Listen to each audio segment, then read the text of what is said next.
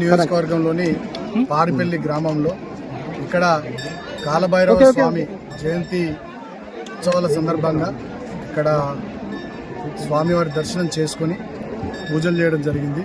So ఆ స్వామివారి దయ తెలంగాణ ప్రజలకు ఎల్లప్పుడూ ఉండాలని, తెలంగాణ రాష్ట్రానికి చెన్నూరు నియోజకవర్గానికి ఎల్లవేళలా ఆ స్వామివారి దయ ఉండాలని, ప్రజలంతా సంతోషాలతో సుఖంగా జీవించాలని ప్రార్థించడం జరిగింది. గతంలో నేను ఇక్కడ ఎమ్మెల్యే ఉన్నప్పుడు 2-3 సందర్భాల్లో ఈ ప్రాంతాన్ని విజిట్ చేసినాం.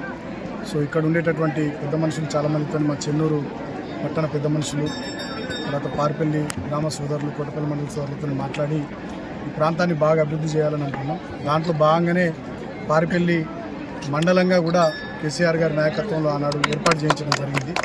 అదేవిధంగా ఈ కాలభైరవ స్వామి గుడి సుమారు ఒక 5 నుండి 10 కోట్ల అంచనాలతో దీన్ని బాగా అభివృద్ధి చేయాలని చెప్పి అనుకున్నాం. ఆనాడు చెన్నూరు నియోజకవర్గంలో ఉన్న వీరాల గట్టుమల్లన్న స్వామి గుడి 25 కోట్లతోని, అదొక 5 నుండి 10 కోట్లతోని, గాంధారి కిల్లమ్మైసమ్మ గుడి అదొక 5 నుండి 10 కోట్లతో అభివృద్ధి చేయాలని ప్రణాళికలు రచించుకున్నాం. కానీ ఎన్నికలు రావడం వల్ల కొంత ఆలస్యం జరిగింది. ఇప్పుడు నేను స్వామివారిని వేడుకున్నా. మళ్ళీ స్వామివారి దయతో, తెలంగాణ ప్రజల ఆశీర్వాదంతో కేసీఆర్ గారు ముఖ్యమంత్రి అయి మళ్ళీ మా ప్రభుత్వం వచ్చిన వెంటనే మొదటి సంవత్సరంలోనే ఈ టెంపుల్ని సుమారు 5 నుంచి 10 కోట్లతో బ్రహ్మాండంగా అభివృద్ధి చేస్తామని కూడా స్వామివారిని నేను వేడుకున్నా.